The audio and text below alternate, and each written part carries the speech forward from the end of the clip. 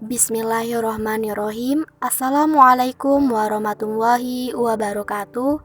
Selamat datang di video kami kelompok 10 dengan judul Pengantar Ilmu Tasawuf yang beranggotakan Asriani, Okta Zanalisma, M. Anugrah, dan Sakwal Saputra, serta yang kami hormati Bapak Dedi Yusmain MPDI selaku dosen pengampu pada mata kuliah materi Akidah Ahla 1.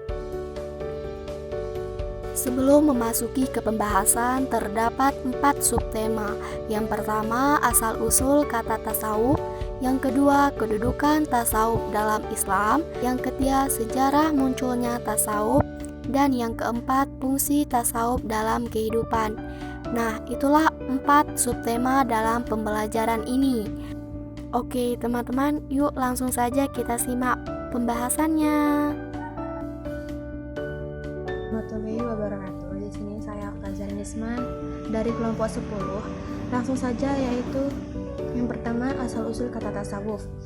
Lafal kata tasawuf merupakan masdar, kata jadian bahasa Arab dari fi'il atau kata kerja menjadi kata, merupakan kata kerja tambahan dan huruf, yaitu ta dan tasydid, yang sebenarnya berasal dari kata kerja asli dari 3 huruf yang berbunyi menjadi masdar, artinya mempunyai bulu yang banyak. Perubahan dari kata menjadi kata yang dalam kaidah bahasa Arab berarti menjadi atau berbulu yang banyak, dengan arti sebenarnya adalah menjadi sufi yang ciri khas pakaiannya selalu terbuat dari bulu domba atau wol. Al-Qushairi di dalam Al-Risalah Al-Qushairiyah mengatakan bahwa para generasi pertama, sahabat, dan sesudahnya atau tabi'in, mereka lebih menyukai dan merasakan itu sebagai penghormatan apabila mereka disebut sebagai sahabat. Pada saat itu, istilah-istilah seperti abid, zahid, dan sufi belumlah dikenai dan belum populer bila dibandingkan dengan masa setelahnya. Dengan demikian, istilah seperti abid, zahid, dan kemudian sufi yang digunakan untuk para ahli ibadah baru dikenal setelah generasi sahabat dan tabi'in ini. Tentang asal kata tasawuf yang berasal dari kata sufi, terdapat beberapa pendapat yang berbeda. Di antaranya ada yang menganggap bahwa secara lahiriah sebutan tersebut hanya semacam gelar, sebab dalam bahasa Arab tidak terdapat akar katanya. Menurut sejarah, orang yang pertama memakai kata sufi adalah orang zahid atau asketik bernama Abu Hashim Al-Kufi di Irak. Terdapat 5 teori mengenai asal kata sufi. Para ahli berpendapat bahwa asal-usul kata tasawuf dibagi menjadi, yaitu yang pertama, tasawuf berasal dari suf yang berarti wol kasar, karena orang-orang sufi selalu memakai pakaian tersebut sebagai lambang kesederhanaan. Dan kedua, tasawuf berasal dari akar kata safa yang berarti bersih. Disebut sufi karena hatinya tulus dan bersih di hadapan Tuhannya. Tujuan sufi adalah membersihkan batin melalui latihan-latihan yang lama dan ketat. Selanjutnya, ketiga, tasawuf berasal dari istilah yang konotasikan dengan al-asufah, yaitu orang-orang yang tinggal di suatu kamar di samping di Masjid Nabi di Madinah. Yaitu yang terakhir, tasawuf berasal dari kata saf, makna saf dinisbahkan kepada orang-orang yang ketika sholat selalu berada di saf yang paling depan. Menurut Harun Nasution, asal usul kata tasawuf dibagi menjadi beberapa istilah. Yang pertama, kata tasawuf adalah bahasa Arab dari kata suf yang artinya bulu domba. Orang sufi biasanya memakai pakaian dari bulu domba yang kasar sebagai lambang kesederhanaan dan kesucian. Dalam sejarah disebutkan bahwa orang yang pertama kali menggunakan kata sufi adalah orang zahid yang bernama Abu Hashim Al-Kufi di Irak. Yang selanjutnya yaitu suci. Orang-orang sufi adalah orang-orang yang mensucikan dirinya dari hal-hal yang bersifat keduniawian dan mereka lakukan melalui latihan yang berat dan lama. Dengan demikian mereka adalah orang-orang yang disucikan. Baiklah, mungkin sekian, saya kembalikan kepada moderator. Baiklah, saya sebagai penyaji kedua akan memaparkan materi mengenai kedudukan kedudukan tasawuf dalam Islam. Sebelum itu, perlu diketahui bahwa tasawuf merupakan salah satu khazanah intelektual muslim yang keberadaannya saat ini semakin dirasakan. Secara historis dan teologis, tasawuf merupakan mengawal dan memandu perjalanan hidup umat agar selamat dunia dan akhirat. Tasawuf atau sufisme merupakan bagian dari syariah Islamiyah, yakni wujud dari ihsan, yang merupakan salah satu dari 3 kerangka ajaran Islam, di mana 2 sebelumnya merupakan iman dan Islam. Oleh karena itu, perilaku sufi haruslah tetap berada dalam kerangka ajaran Islam. Al-Qusairi pernah mengatakan, seandainya kamu melihat seseorang yang diberi kemampuan khusus, keramat, sehingga ia bisa terbang di angkasa, maka janganlah terburu tergiur kepadanya, sebelum kamu melihat bagaimana dia menjalankan perintah, meninggalkan larangan, dan menjaga hukum yang ada. Sebagaimana dikatakan bahwa tasawuf identik dengan ihsan dalam hadis Nabi Shallallahu Alaihi Wasallam dalam Sahih Muslim, hadis nomor 9 dalam kurung 11, arti ihsan ialah beribadah kepada Allah seakan-akan kamu melihatnya. Ketika kamu tidak bisa melihatnya, maka ketahuilah bahwa Dia melihat kita. Pernyataan ini mengandung makna beribadah dengan penuh ikhlas dan khusyuk, penuh ketundukan dengan cara yang baik. Namun dalam pandangan kami, hadis tersebut mengindikasikan ada 2 makom. Pertama, makom musyahadah, yakni mampu melihat Allah dengan mata hati atau ilmu pengetahuan yang dimiliki. Kedua, makom muraqabah, yakni mampu menghadirkan Allah dalam kesehariannya sehingga memunculkan rasa diawasi Allah.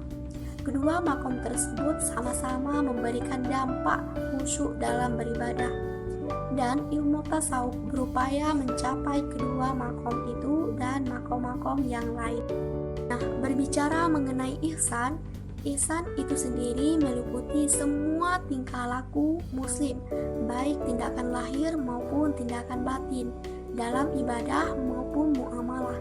Sebab ihsan merupakan jiwa atau roh dari iman dan Islam sebagai pondasi yang ada pada jiwa seseorang dari hasil perpaduan antara ilmu dan keyakinan, yang penjelmaannya yang berupa tindakan badaniyah disebut Islam. Adapun perpaduan iman dan Islam pada diri seseorang akan menjelma dalam pribadi dalam bentuk akhlak al-karimah atau ihsan. Sebagaimana tersebut dalam surah Al-Luqman surah ke-31 ayat 22. Nah, oleh karena itu, kedudukan tasawuf dalam ajaran Islam adalah sebuah bagian yang tidak dapat dipisahkan dari ajaran Islam itu sendiri. Karena memang pada dasarnya usulan dalam tasawuf adalah Al-Quran, Al-Sunnah, dan Al-Athar. Itu peninggalan dari kaum ulama terpercaya. Mungkin cukup itu dari saya dan akan dilanjutkan oleh pemateri selanjutnya. Bismillahirrahmanirrahim. Saya akan mempresentasikan yang dimana judulnya Sejarah Munculnya Tasawuf. Ilmu tasawuf telah tumbuh dan berkembang sejak lama, tepatnya sejak zaman Nabi Muhammad SAW. Ilmu tasawuf memiliki banyak manfaat, salah satunya dapat menjadi alat untuk menghadapi kehidupan ini. Dengan tasawuf, orang-orang besar Islam seperti Diponegoro, Imam Bonjol, dan Cik Ditiro menentang penjajahan. Dengan tasawuf, Amir Abdul Qadir Al-Jazari berani melawan Prancis pada abad kedua. Tasawuf hanya terkenal di Kufah dan Basrah. Baru pada permulaan abad ketiga, tasawuf mulai tumbuh dan berkembang secara luas ke kota-kota lain, bahkan hingga ke kota Baghdad. Pada masa itu, esensi tasawuf terbagi menjadi 3 bagian, yaitu ilmu jiwa, ilmu akhlak, dan ilmu metafisika atau ilmu tentang hal yang gaib. Terkait definisi tasawuf itu sendiri terdapat keberagaman pendapat. Ada yang berpendapat kata tasawuf diambil dari kata syafa, artinya bersih, dan juga yang berpendapat bahwa tasawuf berasal dari kata syufah, yaitu sebuah kamar di samping masjid Rasulullah SAW di kota Madinah yang sengaja disediakan untuk para sahabat beliau yang miskin tapi memiliki iman kuat, di mana kebutuhan makan minum mereka didatangi oleh orang-orang mampu atau kaya di Madinah. Ada juga yang berpendapat kata tasawuf berasal dari kata syab, yaitu barisan-barisan syab dalam sholat, sebab orang-orang yang kuat imamnya dan murni kebatinannya itu biasanya sholat dengan memilih syab pertama. Namun beragam pendapat tentang definisi tasawuf di atas ternyata masih kurang tepat. Secara detail, Al-Junaid, salah satu tokoh besar tasawuf, mengumumkan tasawuf adalah membersihkan hati dari apa yang mengganggu perasaan kebanyakan makhluk, berjuang meninggalkan pengaruh yang asal atau instik kita, memandamkan sifat-sifat kelemahan kita sebagai manusia, menjauhi segala seruan hawa nafsu, mendekati sifat-sifat suci kerohanian, dan bergantung pada ilmu-ilmu hakikat, memakai barang yang penting terlebih bersifat kekal, menaburkan nasihat pada semua manusia, memegang teguh janji dengan Allah dalam hal hakikat, dan meneladani syariat Rasulullah SAW, yakni tumaninah, ketenteraman jiwa. Karena cinta, ketenteraman jiwa itulah yang menjadikan tujuannya. Sebab kekayaan yang sebenarnya dan bersifat kekal itu bukanlah berupa harta benda, melainkan kekayaan hati. Kekayaan hati hanya bisa diperoleh dengan jalan makrifat yang kenal pada yang dicintai. Sebab apabila yang dicintai itu telah dikenal, maka kebahagiaan dan ketenteraman hati akan dengan mudah diperoleh. Dengan demikian akan tampak kecil segala urusan kebendaan dalam penglihatan mata hati. Haris Al-Muhasibi pernah menjelaskan bahwa rasa cinta seorang makhluk kepada sang Khalik merupakan anugerah ilahi yang disemaikan Tuhan di dalam hati orang yang mencintainya. Melalui buku ini, Buya Hamka berupaya menyelidiki tasawuf Islam sejak dari masa tumbuhnya, tepatnya sejak awal Islam ditegakkan oleh Nabi Muhammad SAW bersama para sahabatnya, hingga membahas hubungan antara tasawuf dan filsafat. Terima kasih, itu dari saya.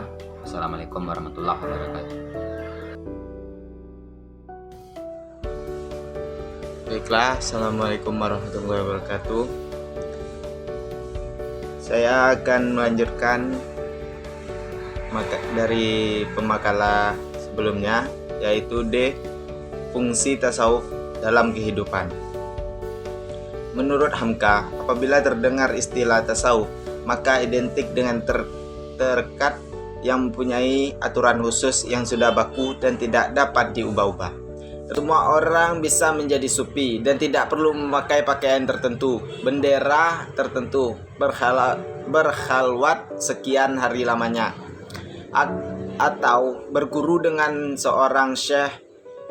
Di zaman Rasulullah SAW, semua orang menjadi sufi, baik Nabi sendiri, para sahabatnya, atau beribu-ribu umat Islam pada saat itu.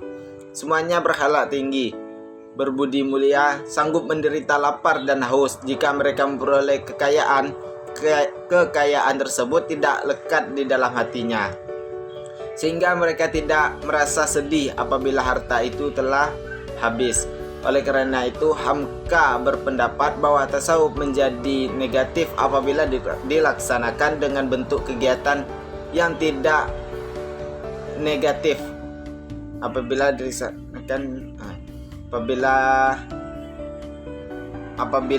dilaksanakan dengan bentuk kegiatan yang tidak digariskan oleh ajaran agama Islam yang terumus dalam Al-Quran dan As-Sunnah, seperti mengharamkan pada diri sendiri hal-hal yang dihalalkan oleh Allah.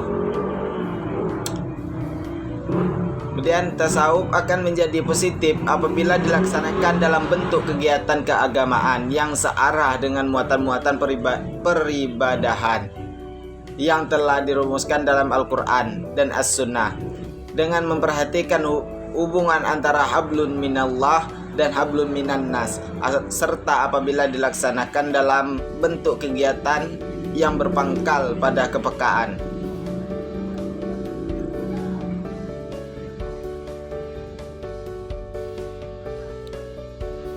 Yang berpangkal pada kepekaan sosial yang tinggi, dalam arti kegiatan yang dapat mendukung pemberdayaan umat Islam agar terhindar dari kemiskinan ekonomi, ilmu pengetahuan, kebudayaan, politik, dan mental. Dengan demikian, apabila umat Islam ingin berkorban, maka ada hal yang dapat dikorbankan. Apabila yang mengeluarkan zakat, maka ada bagian kekayaan yang dapat diberikan kepada orang yang berhak. Mungkin cukup sekian dari saya.